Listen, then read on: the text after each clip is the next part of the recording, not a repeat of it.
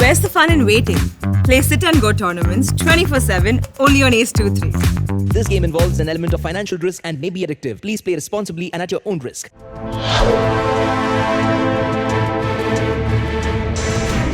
Delhi police की special cell और UP police की एटीएस ने जिन 6 संदिग्ध आतंकियों को गिरफ्तार किया है, उनसे कई खतरनाक जानकारियां सामने आई हैं। ये सभी पाकिस्तान की खुफिया एजेंसी आईएसआई और दाऊद इब्राहिम के भाई अनीस इब्राहिम से जुड़े हुए थे। इन सभी 6 लोगों में से पकड़े गए जिशान और ओसामा को उसी कैंप में ट्रेनिंग दी गई थी जहां मुंबई हमले के आतंकी अजमल कसाब को तैयार किया गया था। गाजी नाम के मेजर जनरल की देखरेख में जिशान और ओसामा को ट्रेनिंग दी गई थी।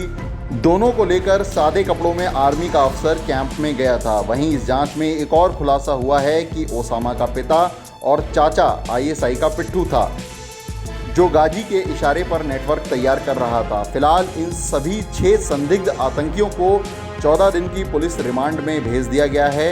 कल जब पुलिस ने इन लोगों को गिरफ्तार किया था, तब जांच में सामने आया था कि ये सभी नवरात्रि और दशहरा पर देश को दहलाने की साजिश रच रहे थे।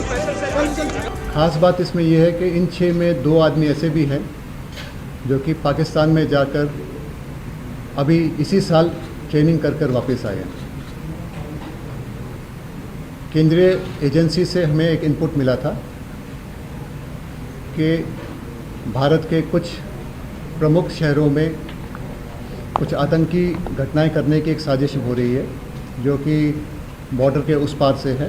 इस बारे में स्पेशल सेल की टीम को केंद्रीय जांच एजेंसियों से इनपुट मिला था, जिसके बाद 6 लोगों की गिरफ्तारी हुई। जान मोहम्मद शेख हैं, ये महाराष्ट्र के रहने वाले हैं, 47 इयर्स एज है। नेक्स्ट उसामा इलियास सामी, ये जामिया नगर दिल्ली का रहने वाला है, एज 22 इयर्स। थर्ड है मूलचंद एलियस लाला, 47 इयर्स, रायबरेली यूपी का रहने वाला है। जिशान कमर, ये इलाहाबाद यूपी का रहने वाला है, 28 इयर्स। पांचवा है मोहम्मद अबू बकर, ये बहराइच यूपी का रहने वाला है, और लेकिन अभी आजकल हाल फिलहाल में ये दिल्ली में रह रहा था, इसकी एज 23 इयर्स। और आखिरी मोहम्मद आमिर जावेद, ये लखनऊ का रहने वाला है, 31 साल में। कल स्पेशल सेल ने बताया था इनमें से कुछ लोगों ने पाकिस्तान में 15 दिनों की हथियार बनाने की ट्रेनिंग ली थी। ये मस्कट के रास्ते पाकिस्तान पहुंचे थे। 2 आदमी ऐसे हैं जो कि अभी अप्रैल में यहाँ से मस्कट गए थे। यहाँ से वो बाई एयर गए और वहाँ से मस्कट से इनको by ship and boat Pakistan ले जाया गया। वहाँ ग्वादर पोर्ट के पास एक फार्म हाउस में इनको रखा गया, और जहाँ पर कि इनको एक्सप्लोजिव बनाने में और साथ में fire arms including AK-47 handle और फायर करने की ट्रेनिंग दी गई। मस्कट में ये संदिग्ध जब पाकिस्तान जा रहे थे तो ट्रेनिंग लेने वालों में 14 से 15 लोग ऐसे भी थे जो बांग्ला बोलते थे। ट्रेनिंग से वापस आकर ये लोग स्लीपर सेल की तरह काम करने लगे थे। वहीं पुलिस की जांच में ये भी सामने आया था कि 2 अलग तरह की टीमें बनाई गई थी।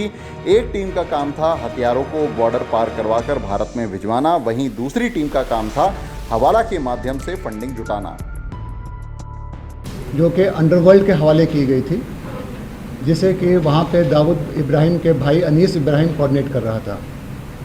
इस टीम का काम था कि जो वहाँ से फायर आर्म और एक्सप्लोजिव आएंगे, उनको ठीक से सुरक्षित तौर पे बॉर्डर के पार कराकर भारत के विभिन्न शहरों में इनको कंसील करके रखना।